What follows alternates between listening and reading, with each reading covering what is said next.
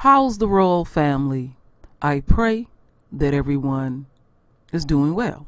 Well, my royal family, we know who this is. This is Michael Cohen, and he was one of Trump's personal lawyers. So back in April 9, 2018, I had put this video up, had fun doing it too. There was a raid at Cohen's home, office, and hotel. And the boy been out of shape ever since. I mean, if you see how he looked miserable after they came after his ass and started looking at all of the paperwork. And so people were contemplating, was he gonna flip on Trump? Well, he has flipped, because you know Trump ain't loyal at all. Now remember Mullen, that was one of the guys that was a Trump loyalist, and he asked Trump could he use his lawyers. Trump said no. Trump ain't loyal to nobody. Now, but Trump expect everybody to be loyal to him. So I got a nice little video for the royal family, and we're gonna get deeper into this. Ooh, Lord. Ooh, he looked rough there. So anyway, let's check this out. Cohen, for his part, now appears to be trying to cut any appearance of ties to Trump, and in a surprise move has also hired attorney Lanny Davis, an ardent Clinton loyalist and Democratic lobbyist. Davis saying yesterday that, quote, Cohen deserves to tell his side of the story. And the New York Times reports that, quote, Cohen has told allies that he no longer wants to be the villain in the narrative about Mr. Trump's behavior. CNN is also reporting that last week Cohen told others that he did not believe Trump would wipe his slate clean using the presidential pardon. According to one of Cohen's friends, quote, his mindset is of someone who is operating under the assumption that he is not getting that. Joined now by Paul Butler, a former federal prosecutor and MSNBC legal analyst, and Ken Vogel's a political reporter with the New York Times. Ken, let me start with you. I think the name Lanny Davis to viewers of cable news is somebody who's been around for a while. We know him as a Clinton loyalist, also, you know, a lobbyist there. I know he's come under some criticism in the past for some of his activity there. Talk a little bit about who Lanny Davis is and what he could potentially do with somebody like Michael Cohen.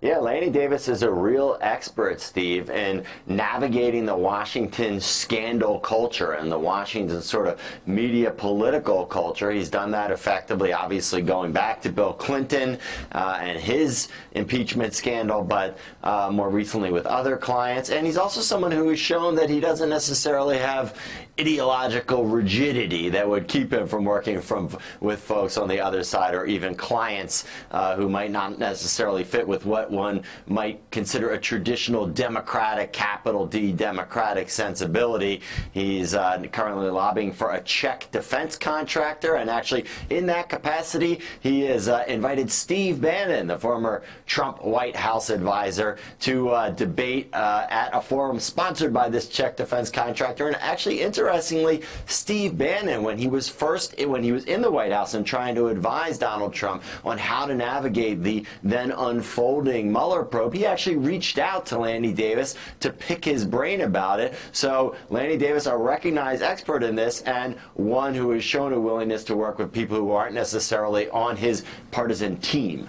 Well, yeah, and so, Paul, I think it's an interesting question here, because the activity Michael Cohen has been sort of undertaking here in public recently, the ABC News interview, changing his social media profile, now this with Lanny Davis. I think there's been a question here about whether this is about a legal strategy or a public relations, public image strategy. Do you read Lanny Davis as somebody who can help him navigate the court of public opinion or the court of law more? So both. So Lanny Davis is kind of like Rudy Giuliani in that he can go into full-on attack dog mode. He loves to go on TV and defend his client. So he could be that TV lawyer for Michael Cohen, the way that Giuliani is for the president. But he's also got mad skills, mad legal skills in a way that so far we haven't seen from Giuliani. And so I think this is part of the clapback. This is the week that Michael Cohen clapped back on President Trump. We see him ghost the president on social media. We hear him say that his loyalty is to his family and country and not President Trump. And so he's either really sending a message to the president, yo, if you're going to pardon me, you better do that fast, quick, and in a hurry. But more likely, he's sending smoke signals to Special Counsel Mueller. I'm ready to talk if you are. Give me a ring. Yeah, and again, we mentioned the issue here of Lanny Davis being so close to the Clintons, his hire raising eyebrows too, because in his latest book, he argues that the FBI's actions in 2016 effectively robbed Hillary Clinton of victory. In an appearance on Hardball earlier this year, Davis argued that Rudy Giuliani received leaks from the FBI, which were used to pressure James Comey to reopen the investigation of Clinton's email, something Comey, of course, did in the letter to Congress just days before the election. Let's watch. Fact, on the 25th of October, 3 days before the Comey letter, Mr. Giuliani went on television and said, ha ha, this is Fox, something's coming. On October 28th in the morning, before the letter was written, he went on the Hugh Hewitt show and he said, I have heard from active and former FBI agents something bad is coming. Giuliani and many of the New York City FBI agents have been identified as leaking to pressure James Comey to reopen an investigation that turned out to be a nothing burger. Ken, what do you know about the state of his relationship, Lanny Davis's, with the Clintons right now, with Hillary Clinton? It is still close? Is this the sort of thing he would have discussed with them at all? He would have cleared with them at all? Any sense of that? Not necessarily whether he would clear his his representation of Michael Cohen with them, but that argument that you heard him making, he wrote a whole book about that argument about Comey throwing the election for Donald Trump. That's one that he did talk with the Clintons about, and that we know that the Clintons have told their allies that they believe in. So to the extent that he is still seen as a Clinton surrogate, or at least a Clinton ally, that could be helpful for Michael Cohen, because you have Michael Cohen trying to shift the narrative about himself now to distance himself from Trump and to establish himself as sort of an independent figure in this narrative who could be one who Democrats or Trump opponents might want to support. Having Lanny Davis on board could help facilitate some of that support, at least in the court of public opinion. And Steve, if I could add to that, it's true that in the courtroom, Lanny Davis is a hired gun. He'll work for whatever client he thinks deserves his services.